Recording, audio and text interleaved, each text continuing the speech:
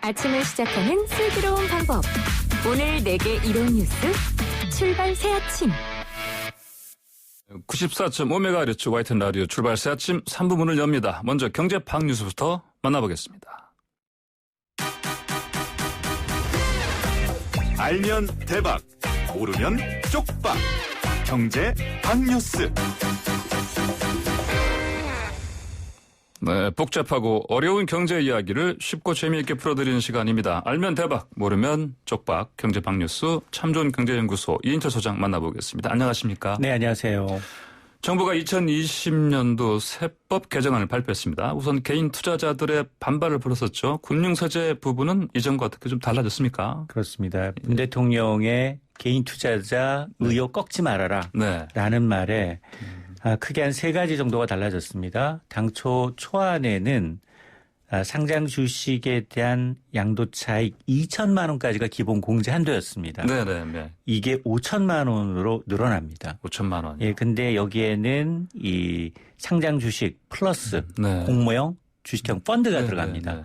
그걸 합쳐서 5천만 원까지 공제하고 넘는 이득에 대해서 양도세가 20% 내지 25%가 적용이 되는데 그러니까 기본 공제폭이 2.5배 정도 더 늘어났다라는 겁니다. 최초안에는 이 공모형 펀드는 기본 공제가 없었습니다. 그래서 이 역차별 논란이 있었는데 이걸 반영했고요. 이렇게 되면 개인 투자자가 전체 한 600만 명 정도가 되는데 한 2.5% 선인 15만 명 정도가 1년에 5천만 원 넘는 차익을 얻어서 양도세를 낼 것으로 추산을 하고 있습니다. 또 하나는 증권거래소인데요. 증권거래소 지금은 매도할 때 0.25% 내고 있는데 이걸 시행 시기를 1년 앞당겨서 내년에 0.02%포인트 낮추고 2년 후인 2023년에 0.08% 낮춰서 총 1%포인트를 인하하지만 여전히 1.5 정도를 유지하겠다는 겁니다. 세 번째는 이득에 대한 원천징수 월별하겠다고 했거든요. 이것도 논란이 됐는데 이걸 반기별로 확대하고요. 손실 2월 공제가 있습니다. 이것도 종전에 3년에서 5년으로 확대하는데 올해 손실 본 분 5년까지는 이득에서 공제해 주겠다라는 의미입니다. 다만 아쉬운 점이 크게 두 가지가 있다면 이중과세 논란. 이중과세요. 거래세를 완전히 폐지하지 않고 유지했기 때문에 양도세 거래세 둘 다 받는다. 이 논란에서 자유롭지 못하고 두 번째는 주식을 1년 이상 장기 보유하면 혜택이 없어요. 이 공제 혜택이 없다라는 점에 대해서 좀 옥의 티가 아니냐. 전반적으로 이제 세제가 개인 투자자들한테 우호적으로 바뀐 건 맞지만 두 가지 점에서 좀 아쉽습니다. 그러니까 보니까 이 주식 투자로 개인 투자자 가운데 5천만 원 이상 그러면 버는 사람이 거의 또 2.5%밖에 없다는 뜻이죠. 사실은 2천만 원 이상도 올해만 몇 명 보일 뿐이지 과거에 1년에 주식해서 2천만 원 벌었던 분은 제 주위에는 없었어요. 그러니까 저도 사실은 많이 해봤는데 5천만 원까지 저는 경제부 기자들이 투자한 거는 100점 100패라고 봅니다. 저도 많이 봤습니다. 이렇게 실패하는 거는. 자, 다주택자에 대한 부동산 관련 세제도 대폭 강화됐죠. 맞습니다. 다주택자의 투기성 매매에 대한 세금 부담은 뭐 예고대로 그대로 오릅니다. 우선 종부세가 많이 오르죠. 개인 다주택자들 법인에 대한 종부세율 현행 이 최고 세율이 3.2인데 6%까지 오르고요. 1주택자의 종부세율도 적게는 0.1 많게는 0.3%포인트 올라갑니다. 그리고 주식 양도세도 많이 오릅니다. 주택을 보유한 기간, 주택 수에 따라서 세제가 강화되는데 1년 미만 보유할 경우, 매각할 경우 양도세율이 현재는 40%지만 70%로 높아지고요. 2년 미만 보유할 때, 매각할 때 내는 양도세율도 60%로 올라갑니다. 다주택자에 대한 양도세율 중과율도 대폭 올라가는데요. 지금은 2주택자는 이제 기본세율에다가 플러스 10%포인트였는데 이게 한 20%포인트로 3주택자는 30%포인트로 세금을 더 붙어서 다만 이제 이 시장의 매물을 좀 유도하기 위해서 종부세 부과율은 내년 6월 1일 이후 양도분부터니까 그 이전에 집을 팔라라는 시그널입니다. 그렇군요. 이번 세법 개정안에는 고소득자에 대한 세금 부담은 강화했고요. 그런데 일반 직장인들의 신용카드 소득공제는 확대하기로 했다고요. 그렇습니다. 1년 동안 뭐 수십억 원 버는 대기업 CEO들 네. 세부담은 늘어납니다. 네. 지금까지는 소득세 최고 구간이 연 소득 5억 원을 초과하면 네. 42%의 세율을 매겼는데 이 최고 구간 10억 원 초과가 신설됩니다. 네. 이렇게 되면서 이 초과 구간에 대해서는 종전에 현행 42에서 45%로 네. 높아집니다. 예. 여기 이번 개편으로 소득세 부담이 커지는 사람은 16,000명 정도, 상위 한 0.05%인데요. 예. 1년간 한 9천억 원 정도 세금이 더 거칠 것으로 예상이 되는데 예. 뭐 일부에서는 뭐 부자 증세다. 부자 증세는 맞습니다. 네네. 근데 이게 OECD랑 좀 비교를 하게 되면 최고세율 45%는 한 7번째 수준. 7번째 수준. 예. 그리 사실은 높지 않다. 그렇습니다. 우리 경제 수준에 네네. 맞는 비슷한 수준이고요. 예. 반면에 이제 유리할 지갑 직장인들의 소득공제 항목 1번지가 바로 이 신용카드인데 네. 신용카드 소득공제한 데가 올해 일시적으로 30만 원이 더 올라갑니다. 예. 그래서 연소득이 7천만 원 이하인 경우에는 종전에 300만 원까지 소득공제 해줬다면 330만 원으로 또 연소득이 7천만 원 초과 1억 2천만 원 미만의 경우에는 네. 250만 원까지 해줬다면 280만 원까지 네. 또 연소득이 1억 2천만 원 초과의 경우에는 200만 원에서 230만 원까지 네. 한도를 올려서 어쨌든 침체된 네. 소비 심리를 좀 살려보겠다라는 조치입니다. 네. 또 내년부터 가상화폐 투자를 얻은 소득에 대해서도 과세를 하기로 했다죠. 맞습니다. 내년 10월부터 이제 비트코인 등 가상화폐를 거래해서 네. 연간 공제가 한 250만 원입니다. 이걸 넘는 소득액을 올리게 되면 해당 소득의 20%를 세금으로 부과합니다. 가상화폐를 이제 기타 소득으로 이제 분류를 하는데요. 예를 들어서 1년간 비트코인을 사고 팔아서 총 500만 원을 벌었다. 예. 그러면 250만 원 제외하고 나머지 250만 원의 20%인 50만 원을 세금으로 내야 하는데 네. 근데 여긴 주식처럼 2월 공제가 적용되지 않습니다. 그러니까 올해 손해 본 건 끝. 네. 올해 2천만 원 손실이 났다 하더라도 네. 내년 이득에서 공제해 주지 않고요. 그리고 이 가상 소득세는 납세자가 자발적으로 신고 납부해야 되는데 네. 내년 10월부터 양도분부터 합산해서 매년 다음에 5년 중에 소득 신고를 해야 합니다. 네, 그렇군요. 네. 오늘 말씀 여기까지 듣겠습니다. 감사합니다. 네, 고맙습니다. 네, 지금까지 참 좋은 경제연구소 이인철 소장이었습니다.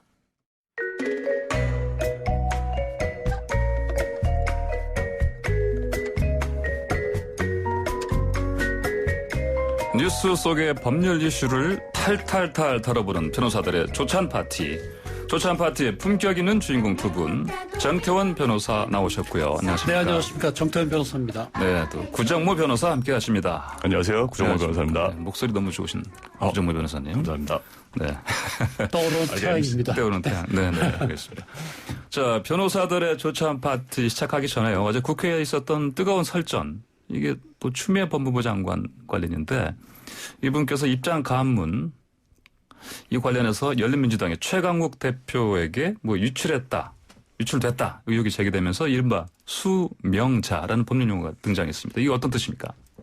예, 수명자라는 건 이제 법률 네. 명령을 받는 사람이란 뜻인데요. 네. 그러니까 이게 군사보훈에서 많이 쓰는 표현이기 때문에 네, 네. 문제가 된다. 좀 이런 취지로 얘기가 된 것 같은데 네.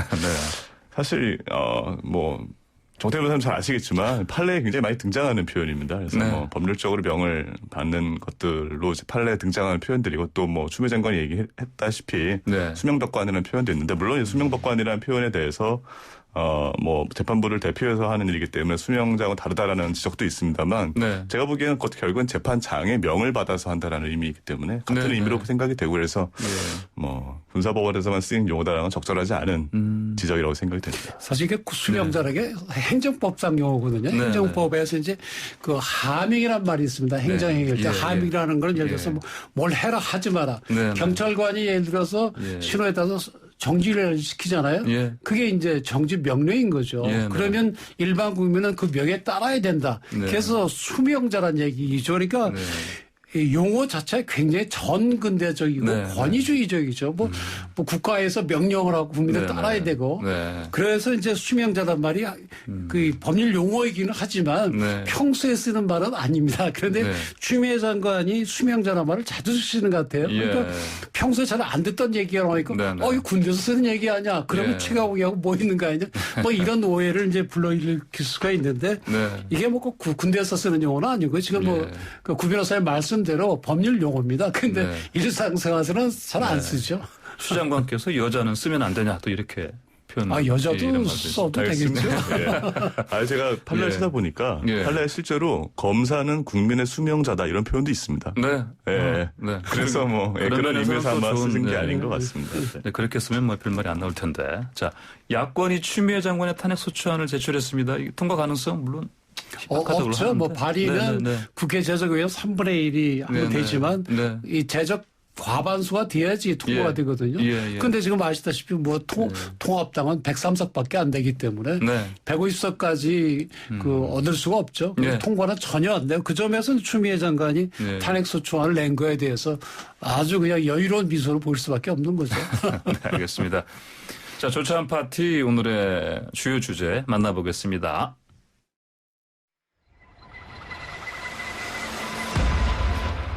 피해자의 의사에 반하는 피고소인의 신체적인 접촉이 지속되었습니다. 그리고 언어적, 성적 괴롭힘이 지속되었습니다. 피해자는 인사 이동 시기마다 부서 이동을 요청했습니다. 상사, 인사 담당자에게 고충을 호소했습니다. 이런 사실관계에 비추어 보면 우리 대법원의 최근 판례에 비추어 보더라도 해당 이 사건은 업무상 위력 추행에 해당함이 명백하다고 볼 것입니다. 담당자들은 피해자에게 남은 30년 공무원 생활 편하게 하도록 해줄 테니 다시 비서로 와달라. 몰라서 그러는 것이다. 예뻐서 그랬겠지. 인사이동과 관련해서는 시장에게 직접 허락을 받아라. 이게 결국 피해자에게 돌아온 대답들이었습니다.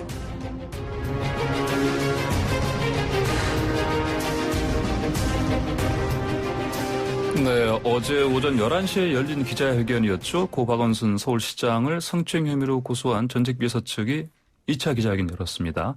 자, 이 내용 직접 보셨죠? 네. 어떤 점이 눈에 띄던가요? 피해자 본인은 뭐 당연히 거기 이제 참석을 안 했고요.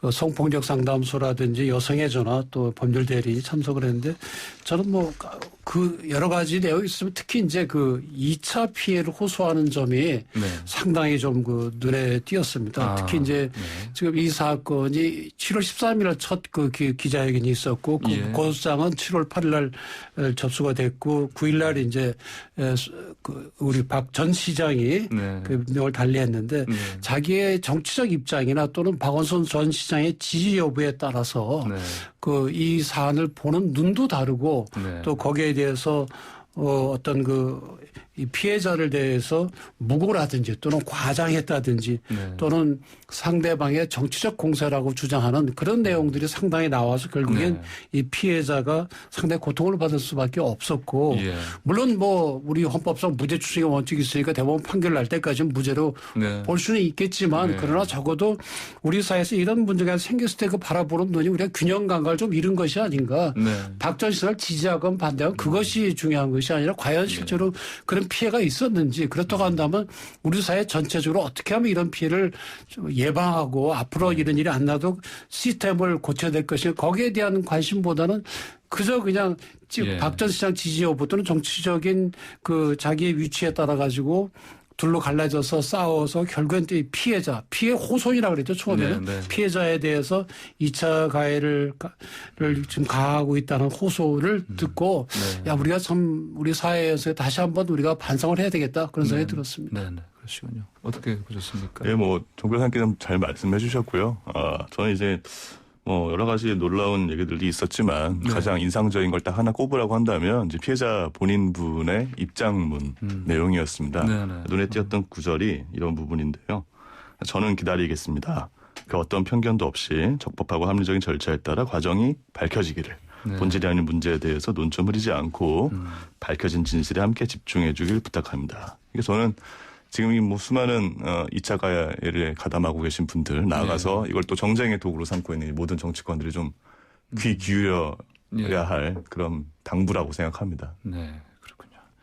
자, 또 피해자가 4년이 넘는 정말 긴 시간인데 무려 20명 이상 가까이 든 전현직 비서관들에게 피해 사실을 호소했는데 묵살당했다고 주장했습니다. 이렇게 되면은 아무래도 다행히 방조 혐의가 인정된다 이렇게 볼 수 있을 텐데 이게 이 혐의가 적용될 수 있겠습니까? 그래서 이제 방조라는 건 법적으로 어떤 사람의 범죄 행위를 쉽게 하도록 도와주는 겁니다. 방조, 도와주는 게 방조거든요. 근데 방조는 적극적으로 도와주는 것뿐만이 아니고 어떤 일을 해야 될 직무상 의무가 있음에도 불구하고 그런 범죄 행위를 하고 있다는 걸 자기가 알면서도 아무 조치를 취하지 않는다. 그래서 오히려 범죄가 더 쉽게 되었다. 그런 경우에 이제 성립될 수도 있는 겁니다. 예를 들어서 죄수가 막 도망가는데 교도관이 그냥 보고 있다든지 아니면 도둑놈이 들어와서 막 도둑질을 하는데 경비원이 묵인을 한다든지 이런 게 이제 대표적인 방조 행위거든요. 그런데 이 경우에 피해자는 4년 동안 20명 넘게 호소를 한다고 하는데 근데 결국 이제 이거는 결국 그 사람들이 제가 말씀드린 이런 위치에 있느냐 그런 직무상 의무가 있느냐 예를 들어서 뭐 감사 담당자나 뭐 인사 담당자 같으면 이런 얘기가 나와서 무슨 조치를 해야 될 거 아닙니까? 근데 그런 조치를 안 하고 그리고 시장님이 이뻐하는데 뭐 내버려 둬야지 하는 그래서 했다고 한다면 뭐 처벌될 여지는 있는데 뭐 쉽지는 않을 걸로 보입니다. 수사를 철저히 해야 될 걸로 보입니다. 예, 그렇군요. 어떻게 저 역시 비슷한 의견이고요. 그러니까 법적인 측면에서만 본다면 어쨌든 이제 뭐 기존에 사실은 판례에서는 뭐 강제추행 방조에 관련해서 그러니까 부작위행 방조까지 인정된 사례가 사실 찾아보기가 쉽지 않은 것은 맞습니다. 다만 어떤 이 사안 같은 경우에는 2차 기자회견 내용이 정말 사실이라고 한다면 4년이라는 기간 동안 20여 명의 전현직 비서관들에게 피해를 호소했음에도 그게 묵살되어서 동종의 범죄가 계속 반복되었다라고 한다면 이제 부작위에 의한 방조 성립 여부가 충분히 검토될 수 있다고 생각이 되고요. 만약 이게 또 기소가 되고 만약 재판까지 이루어진다면 어떻게 보면 좀 새로 의미 있는 판결이 나올 만한 그런 사안이 될 수도 있겠다 생각이 됩니다. 또 피해자 측이 이 성추행 피해 사실을 이제 경찰 고소하기 전에 서울중앙지검에 먼저 연락했고요. 근데 이제 면담인데 이루어지지 않았다 이런 주장이 나왔습니다. 피고소인 박원순 시장이라는 점도 거기서 밝혀졌을 테고 당연히 그렇습니다. 이분 그러니까 어떻게 보십니까? 피해자 이제 법률 대리인 그 김재름 변호사가 피해자를 면담하라고 7월 7일 날 그 중앙지검의 여성아동범죄조사부장에 전화를 해서 지금 이렇게 서울시의 높은 사람을 상대로 지금 고소를 하려고 한다. 면담을 했으면 좋겠다. 그랬더니 그 부장이 그럼 누구냐 밝혀라. 그래서 박 시장을 밝혔다는 거죠. 그래서 그 다음 날 7월 8일 날 3시에 만나기로 약속을 했다는 겁니다. 근데 그날 저녁에 그 부장이 뭐 저녁에 개인 일정상 만나기 어렵다. 이렇게 돼서 원래 약속된 그 7월 8일 날 3시에 그 면담 예정이고 2시에 피해자를 만나기로 해서 만나서 중앙지검이 안 될 것 같다. 그래서 서울지방경찰청에 전화를 해서 거기서 바로 조사해 줄 수 있냐 해서 그렇게 갔다는 거거든요. 이렇게 되면 글쎄 물론 이제 중앙지검 조사부장 얘기로는 뭐 고소장이 들어오기도 전에 사전 면담하는 건 부적절해서 안 만나기로 했다고 해서 서로 얘기가 엇갈립니다. 엇갈리곤 했지만은 하여튼 중앙지검에서 먼저 이 사실을 안 건 맞거든요. 그렇다고 한다면 과연 이것이 박 전 시장에게 어떻게 유출이 됐는지에 관해서 지금 경찰이 의심을 받고 있는데 경찰 또는 청와대 또 여성 또 그 폭력 상담소도 지금 의심을 받고 있는데 거기에 더해서 중앙지검도 이제 거기도 유출이 된 거 아니냐 또 그런 의심까지 좀 더하게 된 것이죠. 이게 왜 중요한가 하면요. 사실 이 그 피해자가 4년이 넘도록 제대로 고소를 못한 제일 큰 이유는 우선 주위에서 자기 말을 잘 안 봐줄 가능성도 높고 묵인하거나 또 한 가지는 과연 고소해서 될까? 상대방은 이제 뭐 대권 주자까지 얘기까지 나오는 높은 사람인데 그래서 굉장히 걱정을 했던 건데 뭐 고소를 하자마자 또 신고하자마자 바로 상대방한테 알려준다고 한다면 그야말로 일반 힘이 없는 일반 국민 이건 내가 해봐야 이건 계란으로 파헤치기구나 이런 생각을 할 수밖에 없거든요. 그래서 도대체 이게 어떻게 해서 유출됐느냐에 관해서 이번에 이제 밝혀져야 되는 거죠. 그래서 이제 검찰까지 이제 연루가 되는 걸로 되는데 이거는 검찰이 수사하고 있는 걸로 알고 있거든요. 그래서 이게 상당히 복잡하게 됐습니다. 그러니까 사실 검찰의 부장검사가 이 부분을 인지했다면 사실 이 정보는 검사장한테 보고했을 여지도 있죠. 예, 그랬을 가능성이 좀 높다 생각하는데. 상식적으로 생각해 볼 때 내가 부장인데 서울시장이 지금 성추행으로 좀 고소될 위치에 있다. 그러면 직속상관인 검사한테 보고했을 가능성은 매우 높죠. 그러니까, 물론 뭐 중앙지검 부인하고 있지만은 그럴 가능성은 있습니다. 그러니까 이른바 정보보고 차원에서라도 당연히 그랬을 수 있죠.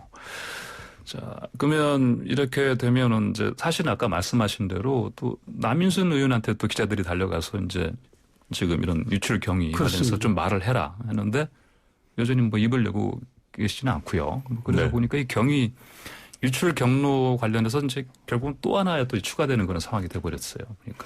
남인순 의원이 사실 그 의원 되시기 전에 그 뭐 여성 그들 협회 대표도 하셨고 성폭력 상담도 관여를 하셨기 때문에 이 정보에 접할 수 있는 상당히 유리한 위치에 있고 또 박 전 시장이 이런 극단적 선택하는 게 바로 전에 통화를 한 사람 비서실장이고 그 앞에가 남인순 의원이거든요.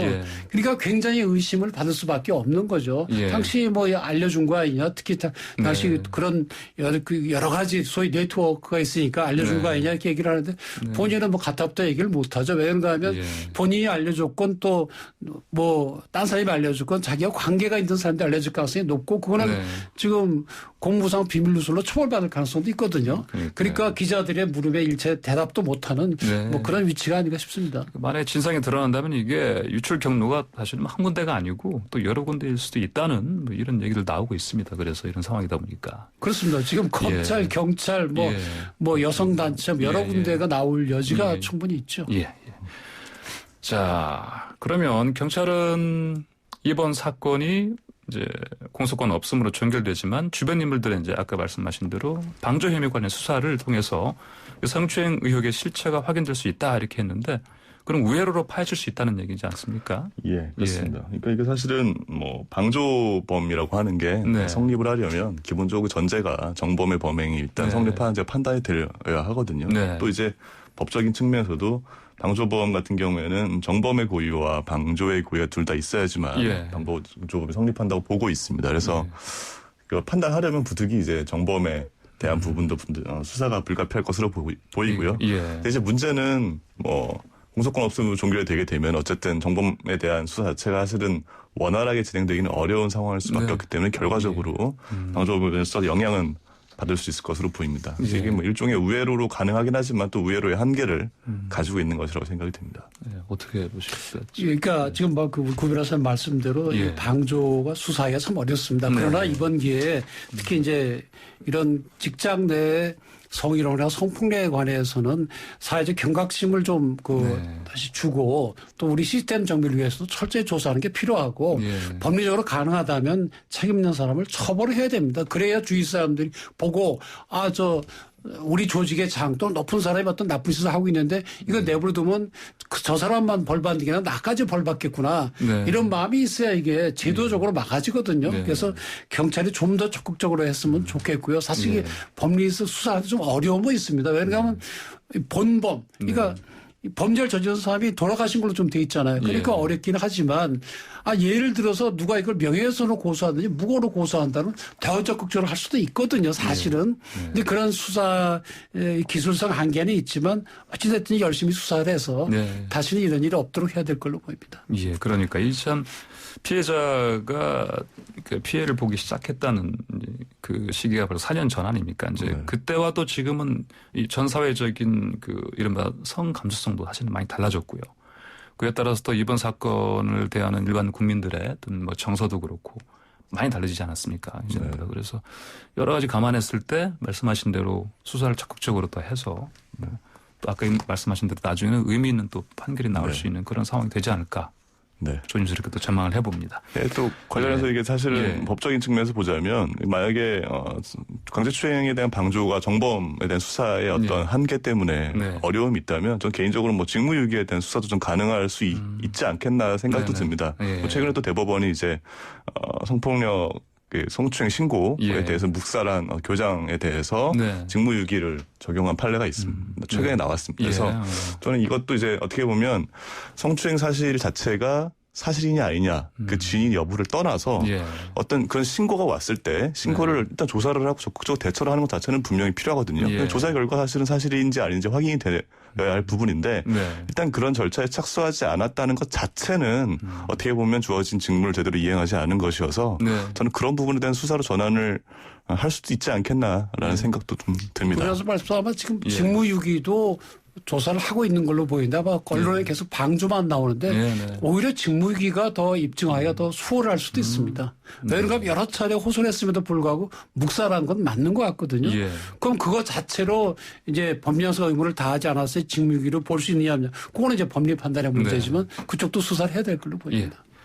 자, 서울시가 예전에 그 자체 조사단 구성 방침을 사실은 가지고 이렇게 밀어붙였다가 또 철회했습니다.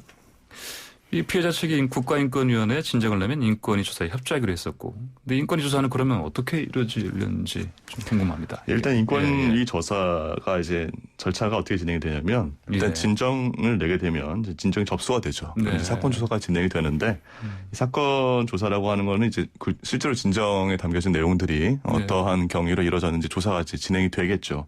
근데 이제 문제는 뭐 이제 말 그대로 조사라는 게 수사는 아니기 때문에 강제 수사 권한은 없거든요. 그래서 실제로 지금 검찰도 그러니까 경찰도 수사에 대한 어떤 정범에 대한 부분에 대한 한계가 좀 있을 수 있는 상황인데 조사 절차 역시 마찬가지로 특히 또 강제 수사 권한이 없기 때문에 분명한 한계는 있을 수 있습니다. 근데 문제는 이제 성추행 사실 자체보다도 서울시에서 과연 행정기관에서 이런 어떤 신고가 여러 차례 있었음에도 불구하고 어떤 매뉴얼 이런 게 작동하지 않았다라는 점에 대해서는 충분히 조사가 좀 가능할 것으로 보이고요.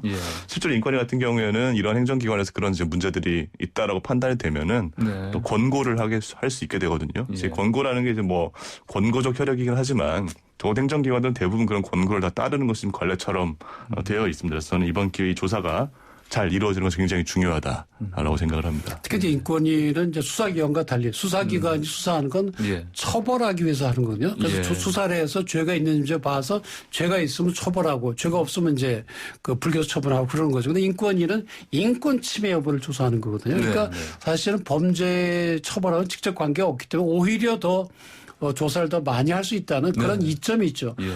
그리고 인권위 조사도 뭐 수사기관처럼 불러서 뭐 물어보기도 하고 뭐 필요하면은 자료 제출도 요구하고 국가기관이라는 데 대해서 그래서 강제 수사는 못하지만 때에 따라서는 강제 수사 유사한 효과를 얻을 수는 있거든요. 그리고 또 인권위가 그야말로 여성 인권을 위해서 일한다고 한다면 뭔가 좀 사명감을 가지고 하면 지금 구 변호사님 말씀하신 대로 서울시의 조직적인 묵인이나 그런 문제점도 지적해내고 또 때로는 수사기관에 고발도 할 수도 있습니다. 그러 다음에 또 이 문제점에 대해서 이 시정하라고 권고도 할 수 있고 그래서 이제 인권위 조사를 상당히 기대를 하고 다음 주에 아마 인권위에다 진정을 하겠다고 지금 이렇게 되어 있는데 하여튼 그 수사기관도 그렇고 인권위도 그렇고 철저히 좀 해서 무슨 제도적인 변화가 좀 있어야 되지 않나 그런 생각이 듭니다.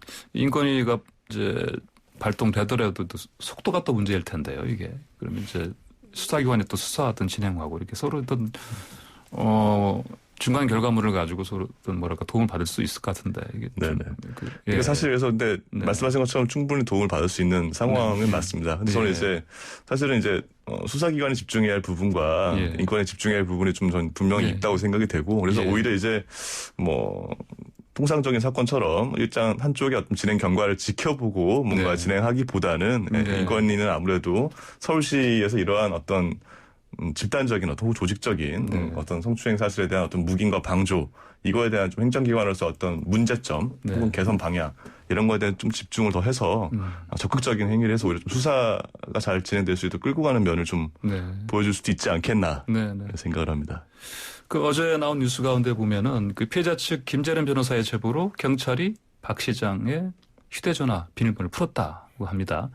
자, 그러면 이제 박 시장의 사망 경위를 밝히는데 휴대전화가 도움이 될 것으로 보십니까? 상당히 도움이 되겠죠. 그게 이제 아마 그 극단적인 선택을 현장에서 발견된 공용 그 휴대폰인데 그 아이폰이라 그래요. 그래서 그거 비밀번호 알아내려면 몇 달이 걸릴 줄 알았는데 어떻게 이제 뭐 그 비밀번호를 푼 게 아니고 알려줘서 이제 어찌됐든지 간에 뭐 유족들도 동의해 풀게 된 모양인데 그 안에 뭐 여러 가지 내용들이 더 있을 가능성도 있죠. 특히 이제 텔레그램을 통해서 뭐 속옷 사진이라든지 좀 그 성적인 그런 문자도 보냈다고 하니까 그것이 이제 피해자의 휴대폰에만 있을 뿐만 아니라 박 전 시장의 휴대폰에 남아있을 가능성도 있거든요. 그리고 또 누구와 통화를 했는지도 나와 있을 가능성도 있고요. 그 점에서 이제 수사에 상당히 도움은 될 걸로 보이는데 그걸 또 실제로 이걸 재판에서 또 증거로 쓰려고 하면은 그냥 그렇게 해서는 안 되고 법원에도 압수영장을 별도로 받아야 됩니다. 그래서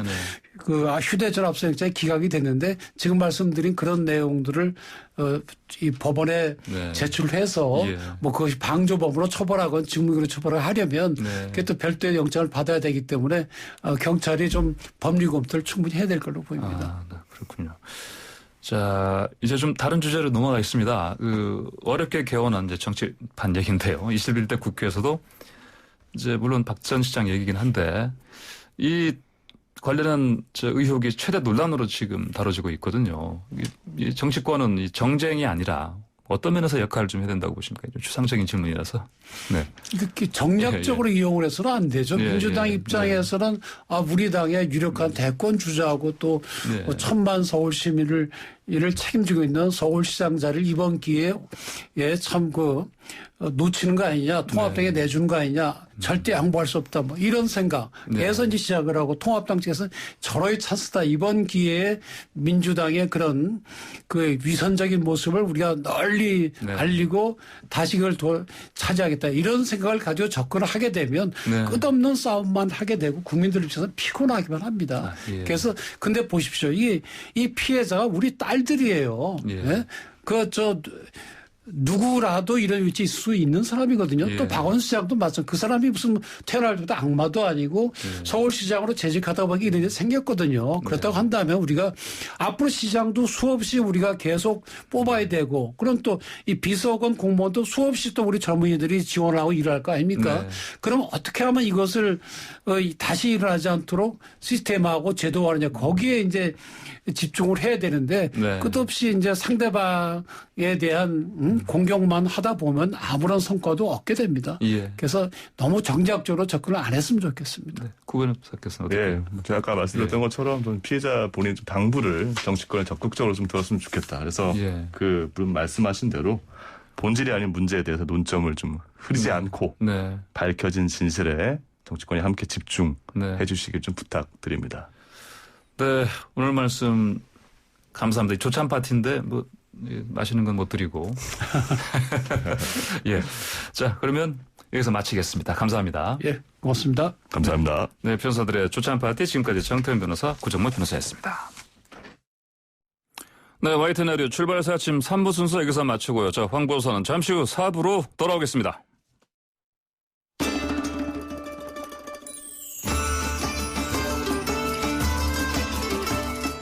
뉴스 탐구생활 바른 역사.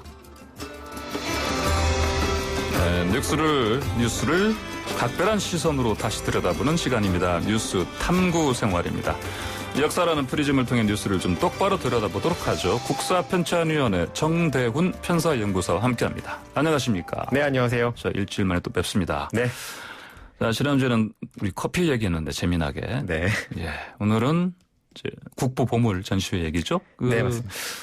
지난 20일 문화재청과 국립중앙박물관은 국보와 보물 83건 196점을 공개 전시한다 이렇게 밝혔습니다. 이게 보니까 3년 동안 이제 새로 발굴된 거죠, 그러니까 그 국보 보물 157건 중에 좀 추려서 이렇게 한다는 건데. 근데 국보 보물 공개 전시회 이게 사상 최대 규모라고 하던데 이게 실제 맞습니까? 문화재청과 국립중앙박물관이 그렇게 밝혔습니다. 아, 그렇군요. 자, 알겠습니다. 그러면 오늘 준비하신 이야기 이제 이 관련해서 어떤 얘기부터 좀 해주실? 그렇죠? 예, 그 지금 말씀해주신 그 전시회에서 귀중한 문화재들이 아주 많이 전시가 됩니다. 사실 그 올해는 이제 코로나19 때문에 그동안 뭐 공연이나 전시 같은 걸 좀 하기가 힘들었잖아요. 그래서 아주 모처럼 만에 아주 좋은 전시회가 열린 건데요. 이 전시회에서 선보이는 뭐 많은 문화재들이 있겠습니다만은 오늘은 그 중에서도 조선 왕조 실록에 대해서 이야기를 좀 해보겠습니다. 조선 왕조 실록이요? 예. 이번 전시회에 공개되는 이제 문화재 중 하나가 조선 왕조 실록. 그 중에서도 오대산 사고본이라고 되어 있는데요. 그러니까 오대산에 있는 사고에 보존되어 있던 버전이다. 뭐 이런 오대산이요. 오대산.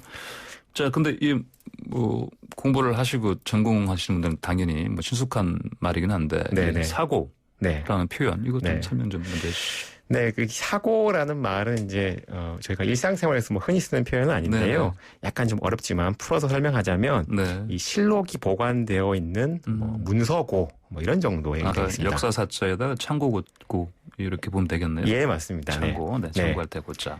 그리고 이 실록이라는 거는 이제 조선 왕조의 정치, 경제, 사회, 문화 다 담겨 있는 이제 기록인데요. 이 조선 왕조는 이제 왕조가 시작되는 그 순간부터 정확한 기록을 남기는 걸 굉장히 중요한 과제로 삼았습니다. 그리고 그 당시에 이제 성리학적 뭐 인식 속에서도 역사가 되게 중요했고요. 그런데 이 소중하게 만들어 놓은 기록이 무슨 뭐 화재가 난다든지 뭐 국가적인 변란 때문에 없어지기라도 하면 큰일 나지 않습니까? 그래서 이 실록을 하나만 만드는 게 아니고 여러 개의 사본을 만듭니다. 사본을 만들어서.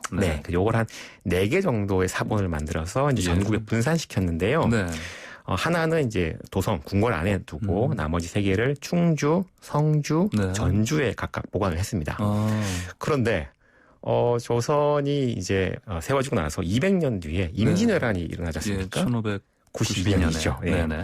그래서 이들 실록이 전부 다 이 화를 입어서 없어지고 딱 하나 전주에 보관된 것만 살아남습니다. 아, 전주에 보관되어 있던 사본이죠, 그러니까. 그렇죠. 그러면 자, 당연히 궁금해지죠. 어떻게 임진왜란에서 전주에 있던 것만 살아남을 수 있었는지. 사실은 뭐 전주에 있었던 것만 살아남았던 게 일단 첫 번째로 운이 좋았습니다. 운이 좋았다. 역사와 운. 그 임진왜란 초기에 그 일본군이 워낙 파죽지세로 이제 침략을 하지 않았습니까? 그래서 한양 도성도 순식간에 점령이 됐고 선조 임금도 피난을 가게 됐죠. 그래서 전국에 있는 실록도 이제 미처 손쓸 틈도 없이 다 이제 화를 입었는데 이제 전주로도 이제 일본군이 이제 몰려오지 않겠습니까? 그 이 소식을 들은 이 전주 인근에 살던 정확히는 태인이라고 하는 지금 정읍이죠. 정읍. 거기에 살던 이제 안의와 손홍록이라는 두 사람이 이 긴급한 소식을 듣고 아이고 큰일 났다. 이 전주에 있던 실록을 빨리 우리가 빨리 보관을 해야겠다. 그리고 이 전주에는 실록 말고도요. 그 이전 시대인 이제 고려 시대의 기록도 있었고요. 그리고 태조 이성계의 어진 그러니까 임금의 초상도 남아 있었거든요. 그때는 매우 중요하지 않겠습니까? 그렇겠죠. 이걸 빨리 옮겨야겠다라고 해서 집안에 있는 뭐 사람들과 뭐 가축을 전부 다 동원을 해서 이 기록들을 전부 다 직접 들어 옮깁니다. 그래서 인근에 있던 내장산으로 다 들어 옮기는 내장산. 정읍에 있으니까요. 그렇죠. 그 당시에 이제 안의가 이제 60대 중반이었다고 하고요. 그 당시에 60대 중반이면 굉장히 나이가 지금으로는 뭐 한 80대 넘은 나이로 봐도 되지 않겠습니까? 손홍록도 약간 젊었지만 50대 중반입니다. 그러니까 적은 나이가 아니죠. 그러니까 환갑으로 향해 가는 건데. 그렇죠. 근데 이런 두 사람이 노구를 이끌고 직접 이 짐들을 짊어서 내장산으로 옮긴 거고요. 그 내장산으로 옮긴 이후에도 뭐 묘향산이니 뭐 강화도 등으로 여러 차례 이 기록들을 다 짊어지고 다닙니다. 그 덕분에 뭐 7년 동안의 이제 긴 전쟁 기간 중에도 이 실록을 끝까지 무사히 지켜낼 수 있었던 거죠.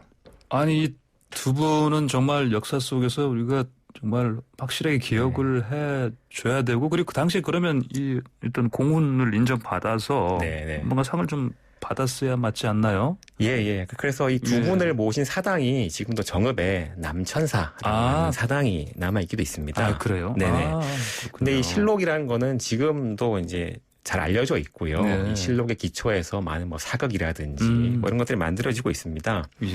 근데 이 기록의 중요성에 비해서 이 실록을 지켜낸 안의와 소록록 이 두 사람에 대해서는 좀 덜 알려진 편이죠. 그러니까요. 그래서 좀 이번 기회에 저희 청취자 여러분들께도 이 두 사람을 좀 꼭 기억해 주십사 하는 마음으로 이 두 분을 좀 소개시켜 드려봤습니다. 저도 다시 한번 반복하겠습니다. 안의, 손홍록. 네. 이 두 분이 하신 운이 아니고 사실 이분들의 그 정말 엄청난 노력으로 살려낸 거네요. 구해낸 거네요. 정말 이 두 분을 만난 게 천운을 만난 거죠. 그렇죠. 정말. 천운. 천운은 괜찮습니다. 그냥 운이 아니고. 네. 자, 그러면 임진왜란이 끝난 후에는 이제 이 사본을 또 바탕으로 해서 당연히 또 다른 여러 가지 사본을 당연히 만들어야 하는 거 아닙니까? 예, 그렇습니다. 그렇게 하는 게 이제 사리에 맞죠. 임진왜란으로 이제 실록이 엄청난 위기에 처한 이 경험하고 나니까 이 다음부터는 아예 이 사고를 산 속에다 짓자. 이렇게 됩니다. 그래서 임진왜란이 끝난 후에 사본을 내부를 더 만들게 되는데요. 요 실록들은 이제 봉화에 있는 태백산이라든지 강화도에 있는 정족산 등에다가 사고를 지어서 보관을 하는데요. 오늘 말씀드린 이 오대산 사고본도 이때 오대산에 지어진 사고에 있었던 버전인 거죠. 그래서 오대산 사고본. 그렇군요. 자, 그런데 이번 전시는 대규모 전시는 국립중앙박물관에서 하는 거예요. 최근 3년간 국보로 지정된 문화재가 전시된다. 아까 말씀드렸는데. 그러면 조선왕조 실록이 그 전에는 국보가 아니었다는 얘기입니까? 뭐 어떻게 되는 거예요? 이게 좀 이상하지 않습니까? 여기에 좀 사연이 있습니다. 사연이 뭐냐면 일단 조선왕조실록 오대산 사고본은 우리나라가 이제 일본의 식민지가 됐던 1913년에 일본으로 넘어갑니다. 형식적으로는 이제 그 당시에 도쿄 제국대학 도서관에 기증된다라는 식으로 넘어가긴 했는데 기증이 아니고 사실은 뭐 그냥 가져간 거죠. 그렇죠. 이제 그런 의심이 강하게 들지 않습니까? 이제 그렇게 넘어간 실록이 1923년에 일본에서 이제 관동 대지진이 일어납니다. 그때 화재가 발생을 했고요. 그 화재 때문에 이 오대산 사고본의 상당 부분이 불타 없어집니다. 좀 마음이 아프죠. 그리고 아직 일부만이 이제 그 화를 면하고 살아남았는데, 그 중에서 27책이 1932년, 그 당시 이제 서울에 있었던, 그 당시 경성이라고 불렀죠. 경성 제국대학으로 돌아옵니다. 그리고 그렇게 돌아온 27책은 이후에 서울대학교 규장각으로 이어집니다. 그런데 이게 전부 다 돌아온 게 아니고 일부는 여전히 또 일본에 남아 있었던 거죠. 그래서 이제 이것이 좀 남아 있다라는 사실이 이제 확인이 된 겁니다. 그래서 이것을 환수해야 된다라는 여론이 여러 시민단체와 언론을 통해서 일어나게 되고요. 이렇게 해서 2006년에 남아있던 47책이 도쿄대학으로부터 환수가 됐습니다. 그래서 그 전에 있던 27책은 이미 1973년에 국보로 지정이 됐고 2006년에 도쿄대학으로부터 환수받은 게 2007년에 국보로 추가 지정이 됐습니다. 그래서 여기까지 하고 이제 오대산 사고본은 이제 다 환수가 됐나 보다. 살아남은 거 다 정리했나 보다라고 마음을 놓고 있었는데 2년 전이죠. 2018년에 이 오대산 사고본 한 책이 추가로 발견됐습니다. 그래요? 또? 네네. 이게 알려지기로 이제 일본의 문화재 경매에 이 한 책이 나타나면서 이제 존재가 알려진 건데요. 효종실록에 속하는 한 책이었다고 해요. 효종실록이요. 이게 이제 문화재, 민간 문화재 매매 업자를 통해서 이제 습득이 됐고 이것을 다시 정부가 매입하는 식으로 이제 확보가 된 거죠. 효종실록이면 뭐 우리도 병자호란이라든지 그렇죠. 그 이후의 이야기를 담고 있죠. 저희가 예전에 학교에서 배웠던 걸 더듬어 보자면 효종실록이면 뭐 북벌론 이야기라든지 그런 얘기도 담겨 있을 수 있죠. 그러니까 흉한 그렇습니다. 책이 나온 거네요. 그래서 그 한 책이 2019년에 국보로 추가 지정이 되면서 최근 3년간 국보로 지정된 문화재가 된 거죠. 이렇게 완성이 됐군요. 그 책들이 이제 이번에 전시회를 통해서 공개가 되는 겁니다. 저도 좀 꼭 가봐야겠습니다. 자, 그러면 우리가 모르는 어딘가에 여전히 네. 문화재, 다른 문화재들도 숨어 있을 것 같습니다. 그러니까요. 예. 저희가 이제 일본으로부터 환수가 끝났다라고 생각했던 실록도 찾아보니까 또 추가로 확인이 되는 거니까요. 그러니까요. 네, 여전히 이제 우리 시민들이 문화재와 뭐 역사 기록에 대해서 관심을 좀 가질 필요가 있는 거죠. 그 이번 전시에는 조선왕조 실록 말고도요. 우리에게 친숙한 뭐 김정희, 신용복, 김홍도 같은 분들이 남긴 작품도 전시가 되니까요. 뭐 휴가나 방학을 이용해서 한번 관람해 보시는 것도 좋을 것 같은데요. 몇 가지 주의할 게 좀 있습니다. 예, 뭐죠? 반드시 사전 예약을 하셔야 되고요. 또 몇몇 미술 저것 때문이겠네요. 아무래도 코로나19라든지. 맞습니다. 네. 그리고 일부 미술 작품은 이제 교체 전시가 예정돼 있습니다. 교체 그래서 전시. 미리 누리집에 있는 전시 일정을 꼭 확인해 주시기 바랍니다. 또 직접 관람이 좀 어려우신 경우에는요. 포털 사이트를 통해서 온라인 전시도 진행하고 있습니다. 그래서 이런 방법을 이용해 보시는 것도 괜찮을 것 같습니다. 아, 그렇군요. 이게 기간은 아무래도 좀 길게 잡았겠죠. 이게 아마 제가 9월 말까지인 걸로 제가 알고 있습니다. 예, 그러니까요. 그러면은 뭐 다음 달 8월 17일이 이제 임시 휴일로 또 지정이 됐고. 네, 맞습니다. 뭐 말씀하신 대로 이제 휴가철 맞아서도 꼭 한번 가볼 만한 아주 좋은 전시회로 보입니다. 네. 강력하게 추천드립니다. 네, 알겠습니다. 오늘 말씀 여기까지 듣도록 하겠습니다. 국립중앙박물관으로 빨리 가보고 싶어지는 소식 잘 들었습니다.